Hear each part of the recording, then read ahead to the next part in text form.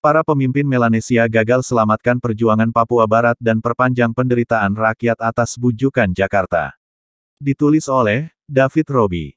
Para pemimpin Melanesian Spearhead Group (MSG) telah menyia-nyiakan kesempatan emas untuk mencapai langkah bersejarah menuju keadilan dan perdamaian di Papua Barat karena tidak memiliki keberanian untuk menerima gerakan advokasi penentuan nasib sendiri di Papua sebagai anggota penuhnya di MSG.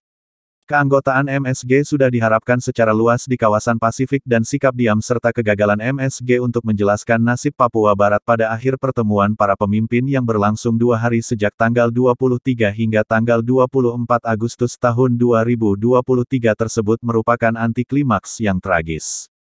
Banyak yang melihat hal ini sebagai pengkhianatan terhadap aspirasi Papua Barat dan melemahkan kredibilitas dan solidaritas Melanesia serta ancaman berkelanjutan terhadap keamanan dan hak asasi manusia di wilayah Papua Barat. Hal ini juga dipandang sebagai keberhasilan Indonesia dan diplomasi budaya di kawasan yang semakin intensif dalam beberapa tahun dan bulan terakhir dengan persepsi bahwa Jakarta telah menyuap untuk mencegah persatuan gerakan pembebasan Papua Barat melalui United Liberation Movement of West Papua (ULMWP) untuk meningkatkan statusnya dari pengamat ke keanggotaan penuhnya yang sah. Pertanyaan yang sering diajukan adalah mengapa Indonesia termasuk dalam MSG. Meskipun hanya sebagai anggota asosiasi, padahal organisasi ini didirikan dengan visi yang diungkapkan di Goroka, Papua Nugini, pada tahun 1986 untuk kemerdekaan, solidaritas, dan pembangunan Melanesia. Situs webnya sendiri menyatakan bahwa MSG mewakili keinginan politik yang kuat dan bersama, demi seluruh dekolonisasi dan kebebasan negara-negara dan wilayah Melanesia yang masih berada di bawah kekuasaan kolonial di Pasifik Selatan, sehingga mengembangkan budaya, politik, sosial yang lebih kuat dan identitas ekonomi serta hubungan antara masyarakat dan komunitas Melanesia. Mengapa ada kuda Trojan di tengah-tengah mereka? Mantan Perdana Menteri Vanuatu, Yonatuman, mempertanyakan arah MSG pada tahun 2016 ketika ia mengklaim bahwa orang-orang Papua Barat telah terjual habis, dan menyamakan kegagalan organisasi tersebut dalam memberikan keanggotaan ULMWP dengan ketika Yesus Kristus dikhianati dan dijual seharga 30 keping perak. Didorong oleh agenda sendiri.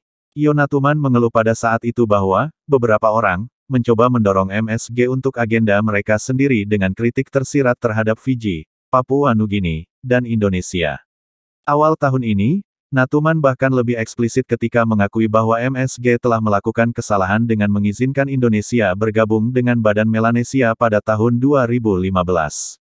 Kami warga Melanesia mempunyai kewajiban moral untuk mendukung perjuangan Papua Barat sejalan dengan seruan nenek moyang kami, termasuk Perdana Menteri pendiri kami, Pastor Walter Lini, Chief Bong Matur, dan lainnya, kata Natuman. Vanuatu telah memotong kanonya lebih dari 40 tahun yang lalu dan berhasil berlayar menuju samudera kemerdekaan dan dengan semangat yang sama, kita harus membantu saudara-saudari kita di United Liberation Movement of West Papua (ULMWP) untuk memotong kano mereka, meningkatkan berlayar dan juga membantu mereka berlayar ke masa depan yang sama menuju tanah perjanjian. Kegagalan kepemimpinan Melanesia minggu ini untuk mendukung ULMWP adalah sebuah parodi. Pembenaran yang dituangkan dalam komunike terakhir, terdapat sikap diam terhadap Papua Barat ketika KTT berakhir dan konferensi media yang dijanjikan tidak pernah terlaksana, hampir tidak dapat dipercaya. Komunike tersebut menyatakan bahwa tidak ada konsensus, ULMWP tidak memenuhi kriteria keanggotaan yang ada, berdasarkan perjanjian MSG, dan juga memberlakukan moratorium keanggotaan selama 1 tahun, yang tampaknya menutup pintu bagi harapan masa depan Papua Barat. Penyerahan yang mengejutkan. Ini adalah penyerahan yang mengejutkan mengingat salah satu anggota yang ada dan pendirinya bukanlah negara merdeka, melainkan sebuah gerakan politik, Front Pembebasan Nasional Kanak dan Sosialis (FLNKS) dari Kanaki Kaledonia Baru. Sudah menjadi preseden positif bagi ULMWP. FLNKS telah lama menjadi pendukung kuat penentuan nasib sendiri Papua Barat dan pada pertemuan puncak pekan ini diwakili oleh mantan Presiden Front Nasional Victor Tutugoro. Anggota lainnya adalah negara tuan rumah Vanuatu, diwakili oleh Perdana Menteri Ismail Kalsakau, yang sekarang menjadi pemimpin pemerintahan minoritas setelah keputusan Mahkamah Agung pada hari Jumat. Fiji, Sitiveni Rabuka, yang membuat pernyataan publik pada awal tahun mendukung pemimpin Papua Barat Beni Wenda dan ULMWP, Papua Nugini Perdana Menteri James Marape, dan Kepulauan Solomon PM Manasseh Sogavare. Situasi ini terjadi di MSG ketika delegasi Indonesia, yang merupakan delegasi terbesar di KTT, melakukan walkout sebagai bentuk protes ketika Presiden sementara ULMWP Benny Wenda berpidato di sidang pleno. Sebuah penghinaan terhadap cara Melanesia. Baru sehari sebelumnya, Benny Wenda sempat menyatakan keyakinannya bahwa MSG akan menerima ULMWP sebagai anggota penuh. Hal ini terjadi setelah demonstrasi besar-besaran selama seminggu di Papua Barat untuk mendukung keanggotaan MSG. Menekankan kerentanan Papua Barat dan sejarah pelanggaran hak asasi manusia yang terus-menerus dilakukan oleh pasukan keamanan Indonesia, Benny Wenda mengatakan, ini adalah momen yang disaksikan oleh seluruh dunia, seluruh warga Melanesia. Ini adalah ujian bagi para pemimpin untuk melihat apakah mereka akan mengambil sikap tegas membela West Papua di mata dunia. Apakah dia telah dibohongi oleh pejabat MSG? Apa yang salah? Hari yang membuat frustrasi. Ini adalah hari yang membuat frustrasi karena tidak ada konferensi pers meskipun telah berulang kali berjanji dan sejauh ini tidak ada pernyataan komunike resmi, kata Ben Bohane, jurnalis foto terkemuka yang berbasis di Vanuatu, tentang penutupan pertemuan puncak. Para pemimpin lepas landas dan media merasa kami dibohongi.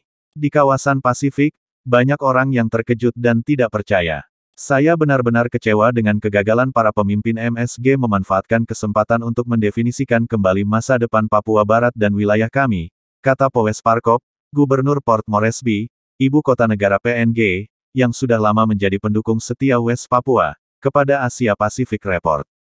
Ketakutan terhadap Indonesia dan lobi proaktif yang dilakukan oleh Indonesia kembali dibiarkan mendominasi Melanesia, sehingga merugikan rakyat West Papua. Parkop mengatakan, jelas, bahwa para pemimpin MSG, tidak dipandu oleh kebijakan komprehensif yang masuk akal mengenai Papua Barat.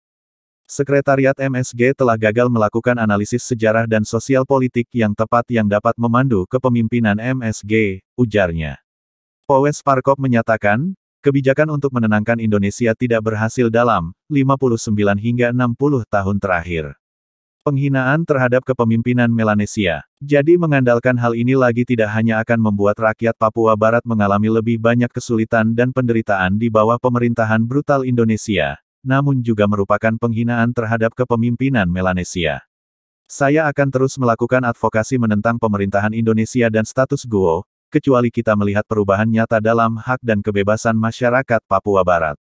Melanesia, seperti yang dengan fasih dinyatakan oleh mendiang Pastor Walter Lini di masa jayanya, tidaklah bebas, sementara Papua Barat juga tidak bebas.